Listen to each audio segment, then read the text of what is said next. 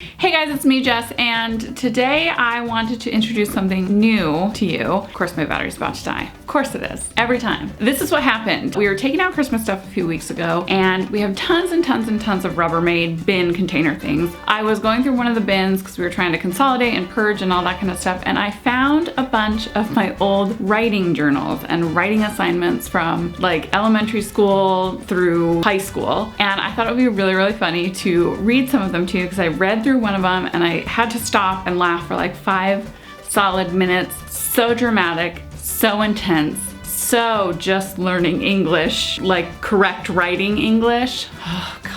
So I thought that I would start today and I will read you one of them and then you guys tell me at the end if it's fun or funny, if I should keep doing these. I kind of feel like I want to because I have a funny name for it. Jesterday, because it's hilarious. Jester. Yesterday, back in the day. Jess, my name. You get it. So let's get into the first one. Here's the giant book I found of all of them. Okay, so the first one I'm gonna read is like in a chapter book. So this is chapter 4 of it. It's like a chapter book I had to write or something. So I wrote this when I was 14. I was a freshman in high school. Chapter 4, School Bells. I started to go to school in kindergarten at Viora E. Johnson Elementary School. My teacher was Miss Pipkin, and I loved her a lot because she was my first real school teacher, and she was especially nice. When I moved into my house before entering kindergarten, very adult way to say my parents moved us into a house, I became close friends with my next door neighbor, Brittany. We were in practically all of the same classes throughout elementary school. In first grade, my teacher was Mrs. Morris. One time, I was riding the bus home and I had fallen asleep, and Brittany was supposed to make sure that I got off of the bus with her. Okay, why was that her responsibility? She didn't notice that I was asleep and decided she would just get off of the bus without me, and I ended up back at Johnson where my mom picked me up. It's drama. It's an intense event. Also, there was a little girl in my class who had diabetes. What? What kind of sense does that make? There's no transition. Just fell asleep on the bus, my mom had to pick me up, and somebody had a disease. Her name was Megan Biggs, and she is now one of my close friends. Her dad came in one day and gave us all eye patches like Megan had to wear because the diabetes had taken away her eyesight. The diabetes had taken away her eyesight. Walked in and said, "That's my eyesight." Oh my God. Like, I feel like I should be embarrassed, but I also feel like this is how we can see how far I've come, like where I came from. These are my roots, you know what I mean? Like, these are my writing roots. This was my storytelling. So let's go on. We went on a trip to the zoo that year too, and my dad came along. Very relevant to diabetes and falling asleep on the bus. In second grade, my teacher was Mrs. Goldsworthy. On the first day of second grade, it was a total disaster, ... At least it was for me, ! The night before the first day, I had gotten a spider bite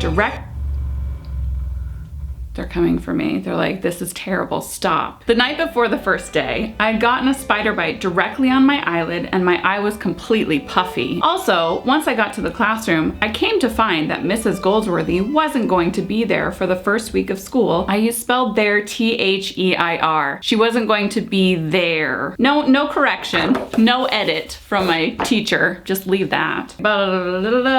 So I had a substitute and then no one played with me on the playground because my eye was all weird, and I wouldn't even have played with me! I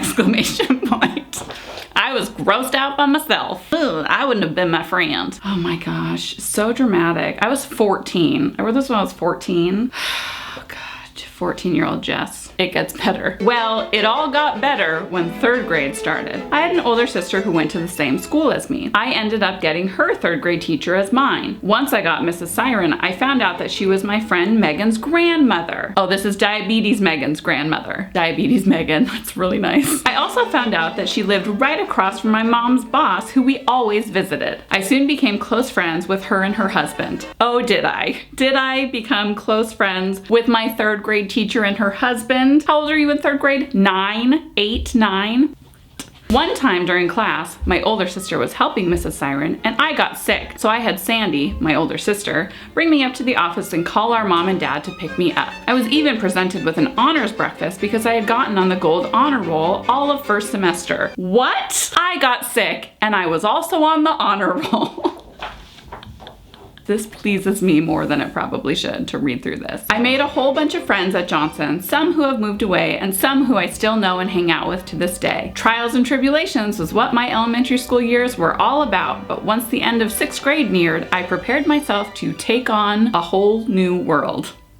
Okay, well, all right, that was kind of written like a bulleted list, it seems, but give this video a thumbs up if you thought that was funny. Leave me a comment if you think that I should do more of these, and I'll call them Yesterdays, and there's so much. And I want to do reenactments of some of them because, like, the one that I was crying on the ground for like 5 minutes straight laughing at, that one needs to be a reenactment big time. That's all for this video, and I will see you dweeps again on Monday. Okay.